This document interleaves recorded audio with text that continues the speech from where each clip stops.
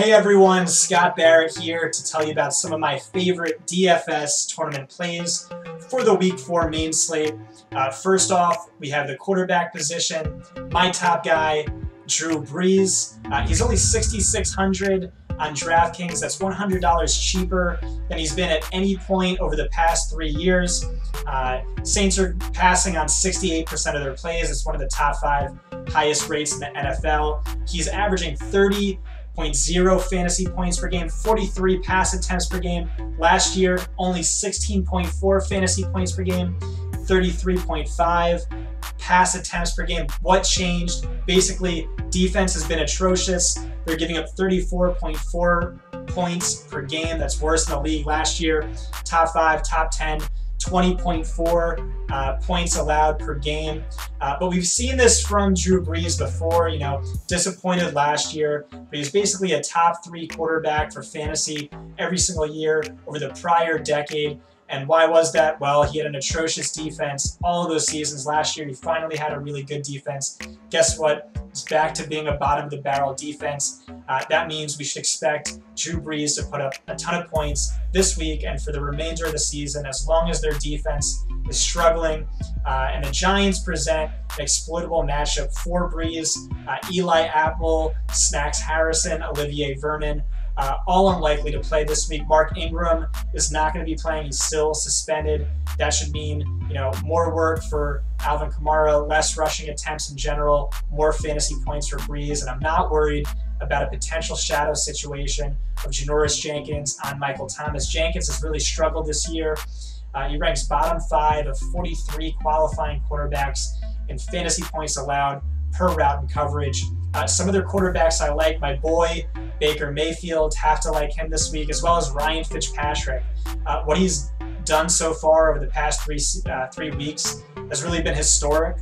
He's put up 101.4 fantasy points. That's the 4th most by any quarterback through any 3-week stretch ever. That's ridiculous. He's going to go low on this week against this ferocious Khalil Mack-led Chicago defense, but I think that's a mistake. Like him. And then the running back, my top running back of the week, of course, I like Drew Brees. I like Alvin Kamara, and there's a good reason to play both of them. Kamara does most of his damage through the air, so Drew Brees is probably going to soak up a lot of the fantasy points that Alvin Kamara produces. And his volume this year is ridiculous. It's absurd. Check out my article on Actual Opportunity, looking at the players with the best volume. Alvin Kamara easily leads the way among all players in expected fantasy points per game. And among running backs, it's not even close. He's 8.2 expected fantasy points per game, more than the next closest running back. Among all players, he ranks 4th in targets, 6th in receiving expected fantasy points, 9th in rushing expected fantasy points. You're basically getting a low-end RB1 mixed in with a high-end wide receiver 1 in one player. That's absurd. Also, getting all the usage near the end zone that you want to see.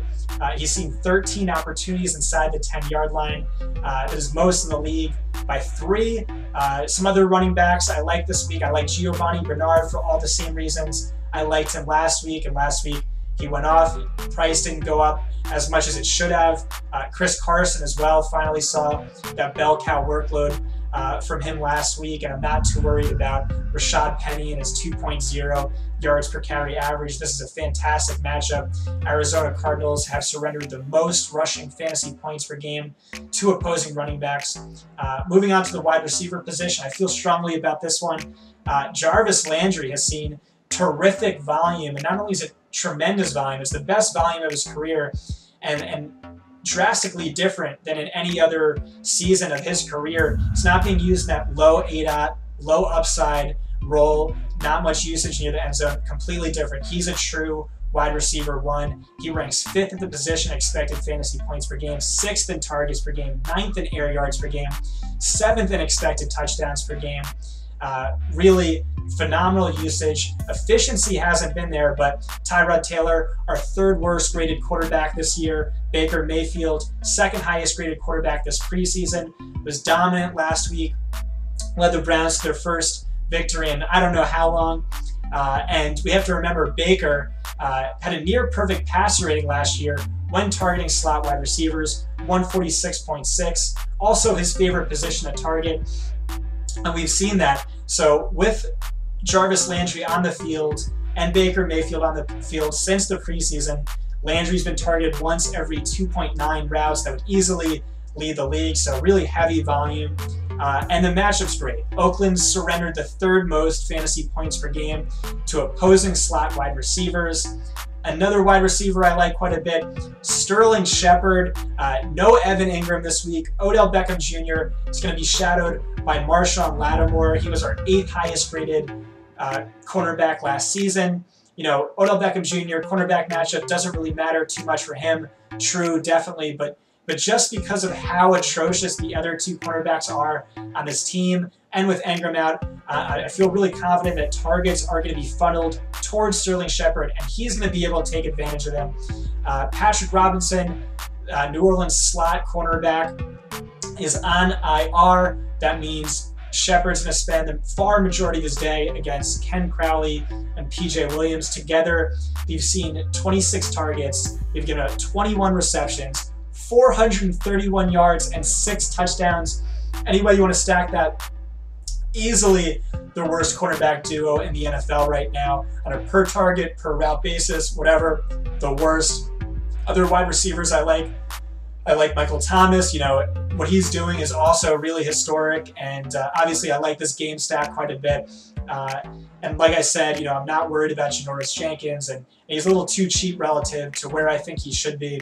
Then there's a lot of really cheap wide receivers to like. I like Tyler Boyd, like Quincy Enunwa, I like Taylor Gabriel, I like Christian Kirk, I like Antonio Callaway. So really a lot of cheap wide receivers, the opposite of last week. A lot of wide receivers to like this week.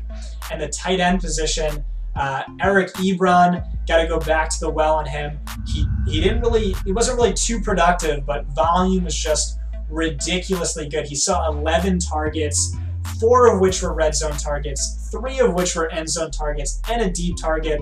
You know, that sort of volume for a tight end, really you don't see that too much. So if Jack Doyle's out, I love him this week. His price didn't go up almost at all.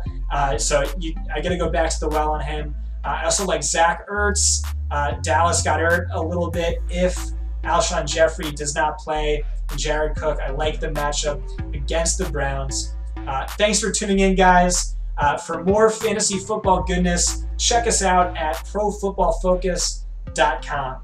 Thanks.